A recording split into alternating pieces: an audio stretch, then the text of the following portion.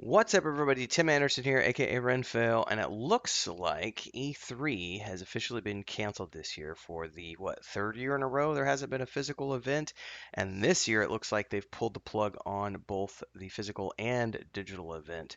IGN is currently reporting that the digital and physical versions have officially been canceled after previously canceling its in-person E3 2020 event. ESA has now informed its partners there will be no digital event equivalent this year either, meaning E3 2022 has been officially and fully canceled.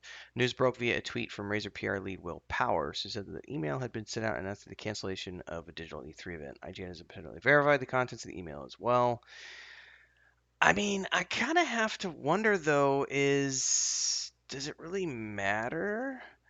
Um, let's open this one real quick.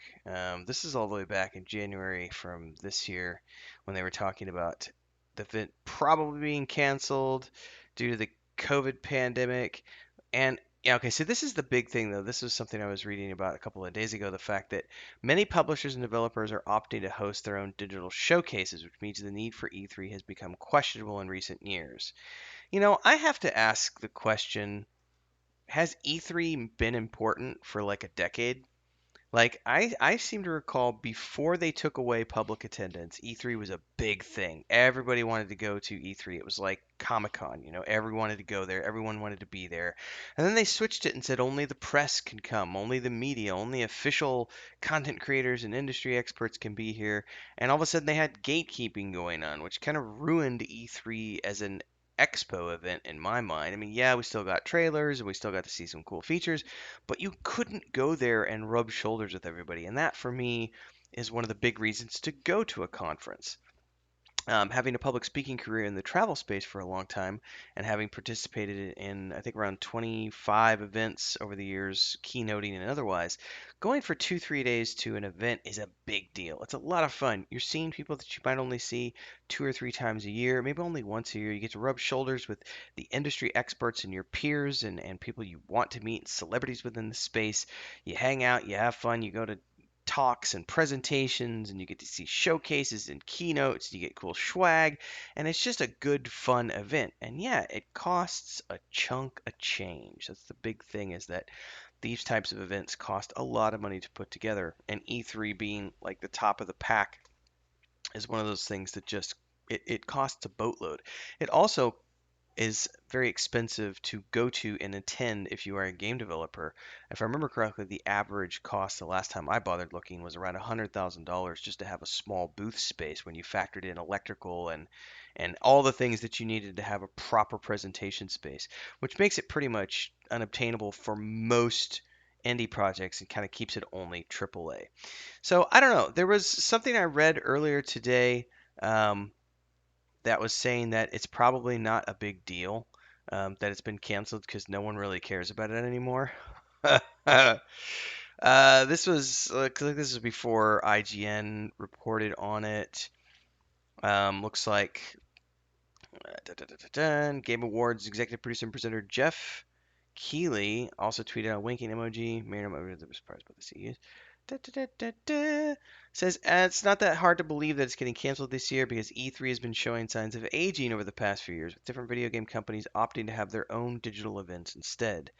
With the pandemic hitting E3 so hard, its main appeal coming in the hands of on-experience attendees with new games, consoles, and technology, and without the on-site presence, E3 feels wholly different. With E3 2022 reportedly canceled again this year, and of course it has been confirmed, this article's from earlier, it's very likely this is also an end of an era. E3 might never return again. And I have to say, I don't really think that's a big deal. Companies who have the money can make their own show. A good example of looking at what they did with Final Fantasy and having these big Final Fantasy events, and also what is the company behind?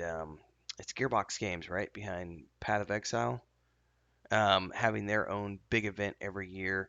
You've got ArenaNet has their stuff every year. BlizzCon, unfortunately, because of other issues, has not had a big event this year. But I don't think there's anything wrong with companies having their own events. I think it's better, actually, because it gives companies a chance to showcase what they have to bring the community in. If you've ever attended one of the old SOE events when Sony Online Entertainment was still around, those were really, really fun. And it got you, if you loved EverQuest, it was a great way to go and just immerse yourself in all things EverQuest. And of course, they had multiple things going on. So you had EverQuest, Star Wars Galaxies. It was a celebration of all things that Sony Online Entertainment had going on. And we haven't seen that happen for a while with that company in particular, but other companies have done big things, and I love that PlayStation has their own big event. Nintendo has an event. There's nothing wrong with these companies having their own events, and I feel like if we're pushing everything towards the digital space because of the pandemic or other reasons, it's better for companies to just do it on their own because then you don't have to worry about spending tons of money to go to this physical space. I know GDC just wrapped up and they had an in physical show this year, and I believe that it reported that they had over 14,000 people attending this year at GDC. Let me double check that. GDC attendance 2022. It says it's down 59%. Let's hold this. Yeah, yeah, yeah. Accept all cookies.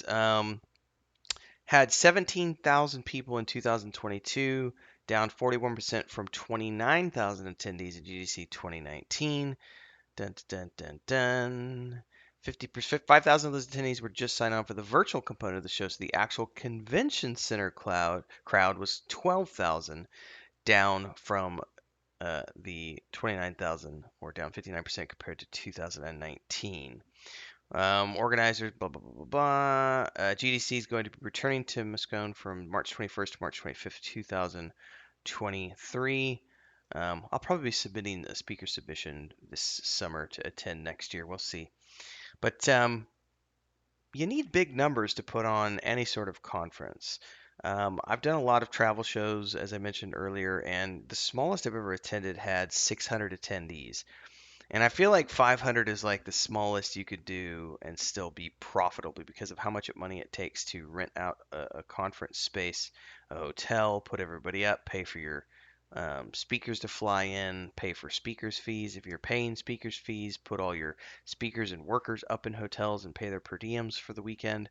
It costs a lot of money to put these things together. So I don't see a need for this unless we're going to have, tens of thousands of attendees. GDC looks like it still has enough people to pull it off, but E3 apparently does not have enough people to justify an in-person event, and it doesn't even have enough income coming in to justify doing a digital event, which says a lot because digital, you don't have a lot of overhead compared to physical space. So I don't know, folks.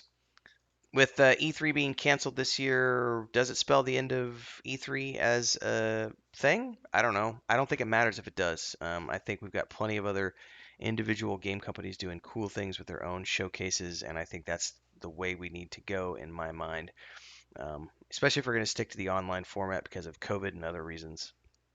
I love in-person events, but at the same time, it's a huge burden on everybody financially. And if the most of the reason people are going is for cool trailers, you can get those online without needing to show up in an attendance space. I don't know. Love to hear your thoughts down below. Drop your comments down there, and don't forget to subscribe, hit the bell icon, like the video, all those good things. Join us in Discord. Links are down below. See you next time.